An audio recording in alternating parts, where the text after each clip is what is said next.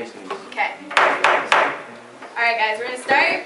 So resolved. Possible outbreak of a zombie apocalypse is a legitimate concern in this country that needs to be addressed for future survival. Who wants to start off? Go for it. Do I have to stand on the front or can I just sit here? Stand. Just stand up. You need to stand up. Stand up if you want. Okay. Oh wait, because this is like so important you guys can hear this. It's life-changing. It's life-changing. I will probably save 8 to 12 people's lives just in this one participant. So. Everyone please be quiet. We are having a serious discussion about zombies. Exactly. It's more serious, bro. Is there anything more serious? Hiring much? Okay, so the reason why America needs to be cognizant of the possibility of a zombie infection outbreak is because the term zombie has just become a term labeled for people who actually don't have control over their actions and become extremely insane. Now, me and Kyle were talking a couple months back. I'm a big fan of zombies. I watch The Walking Dead. I've read books. I've seen this stuff, and I actually think about what would happen. We were talking about a virus, and one particular virus, it infects rats. And it makes rats go crazy, in which they become cannibals and they try to eat each other. But the problem is that these viruses, these parasites, can only breed in the intestines of cats. So what the parasite does is it actually takes control of the rat. The rat has no control over its movement. It takes the rat and it makes it fight other rats, feast on other rats. And from there, in order to reproduce itself, since it jumps from host to host, it will go and find a cat and it will run in front of the cat on purpose to try and commit suicide. Because once the rat is actually consumed by the cat, the parasite moves into its intestines and reproduces. So you have a parasite that infects a rat, makes it eat other rats, and then commit suicide. Now, you guys know who we use to test certain medicines and certain viruses for humans? We use rats, because rats are actually very close to humans. So far be it from me to believe that a parasite could actually evolve and learn how to infect a human host to become, something that was hungered for flesh. So I think we do definitely need to take into consideration that it's a very big possibility.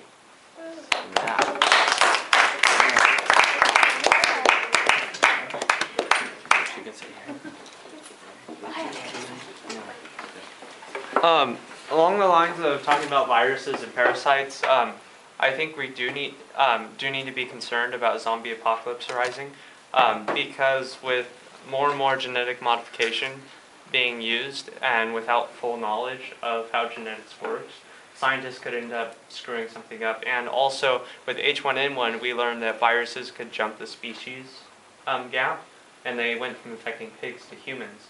And in the book, it's a fictional book, but it's by Max Brooks, called The Zombie Survival Guide. They talk about a theoretical virus called selenium, and it doesn't kill the host all the way, but destroys the frontal lobe of the brain, which the personality of a human is stored, and then reanimates the body.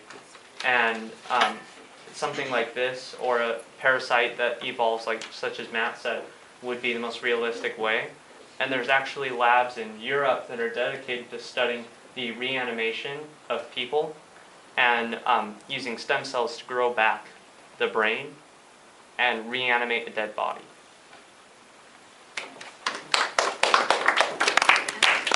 Okay, the thing is that with the entire destroying the frontal lobe of the brain part, we used to do that about a few thousand years ago. We would essentially cut open the front of the skull, essentially stick a probe in there, swirl it around to destroy the frontal lobe, put it back, and yes, they were zombies, but they weren't zombies in the traditional sense of wanting flesh. They were zombies in the sense of they didn't do anything. Also, with your entire thing about the rats, the thing is that A, we'd have to get bitten by a rat who was infected. B, it would have to be able to get into our intestines. And let's face it, the bloodstream does not put anything into the intestines. It's the other way around. So the bacteria would die because it probably would not be able to evolve into something that can breed outside of the intestines. 30 seconds. You want to rebuttal? Yeah, can I read just the question? And for a point of clarification. Yeah, I have a point of clarification. Yeah, go ahead. Okay, yeah, you go for it. I just did a giant study on circulation that took 8 weeks for me to research, and your point about blood going to the intestines, it actually does affect it a lot. I spent 8 weeks on this. Zane? I'd just like to say one more thing, like about the intestines. Bacteria can be found in foods, and intestines happen to be part of the digestive system, which has to do with food. So I'd just like to say that. Brian. Okay, Abe, first of all, I do recognize that there is a serious threat, and there is actually a possibility that some kind of virus that destroys the part of your brain that gives you a personality is real. Well, I mean, and already out there. Or, I mean, a virus that destroys your personality is the only explanation for Mitt Romney. But before we go any further, I think it's important that we define what is a zombie and how big of an outbreak of zombie-ness would it take for it to be considered apocalyptic? Does anyone have a potential definition for that? A lot. Do you have a definition? Apocalyptic would be like a total mass uprising of zombies that we could not, or it would be very hard to stop. And as for what a zombie is? Not perhaps something that has died and reanimated, but anything that has lost its humanity and has just become a machine that spreads whatever has infected it. And not necessarily to eat human flesh, but just to infect everything. A viral post. Do you have the answer? Yeah, to answer your question, from Max Brooks' book, which I've also read, he categorizes an apocalypse as at least 60 to 75% of the population being infected. And a zombie is anything that has lost its neurological capability to make decisions on its own. So yeah, there's a definition. Actually, I have the book right here. Well, It's the Bible. Kyle, please raise your hand if you're going to speak. Okay. All right. Zane? Also, I'd just like to say it doesn't necessarily have to be a virus. Sort of how Matt brought up the example of the virus within cats. There's actually a fungus that affects ants that like makes them, it grows on top of their head. And it like makes them like, it's basically a cancer technically speaking, because it makes them just die. But before they do that, it controls them to go towards other ants, and the fungus, the thing itself explodes, kills the ants, and spreads the spores. So. Anyone else have anything? Matt? Okay, so I'd also like to touch on Ken's point about where he was talking about how rats aren't gonna, the idea of a rat spreading a virus or a parasite isn't actually a legitimate concept. We've all seen rats get into food supply, like I think Zane said, where food can also be affected. And when you think about it, just because a rat has a virus doesn't mean, or a rat has a parasite, doesn't mean that the rat necessarily has to bite the person. The point of it is, and we saw this with the H1N1 virus, is that it can jump species. Now, just because a virus or a parasite can jump species doesn't mean that this specific one could affect humans. But to say that evolution wouldn't take its own course and the parasite wouldn't find a way to feed off of a human host is just an asinine statement. Anthony?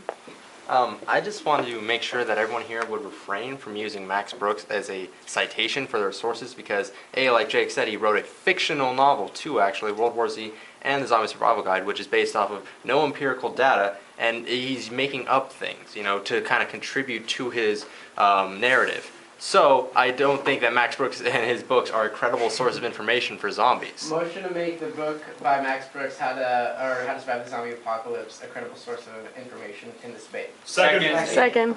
All in favor? Aye. All What did I opposed? say? So you guys can't take over my job. All right. actually, All we those in can. favor? Aye. All those opposed? Nay. You guys have it. Motion for uncounted votes. Motion for division. Motion to count. Oh, motion to count? We're spending the gavel. Point of order, we actually can take your job away from you. Yeah, we can. Anarchy, baby. Alright. Okay, the ayes have it. Or can we just... The You ayes the ayes have have it, go for it. Ken stick, where, oh, there you are. Ken stated that that in order for this parasite that infects the cats to infects rats and breeds in cats, it needs that if a human got bitten, that it would travel to the bloodstream and it would never reach the intestines. But there was a study that shows that approximately half of the human population is infected with this parasite, and that because the human immune system is stronger than a rat's, it kills the parasite, and unless a person has AIDS or another autoimmune deficiency, it would not grow to a level that would be dangerous.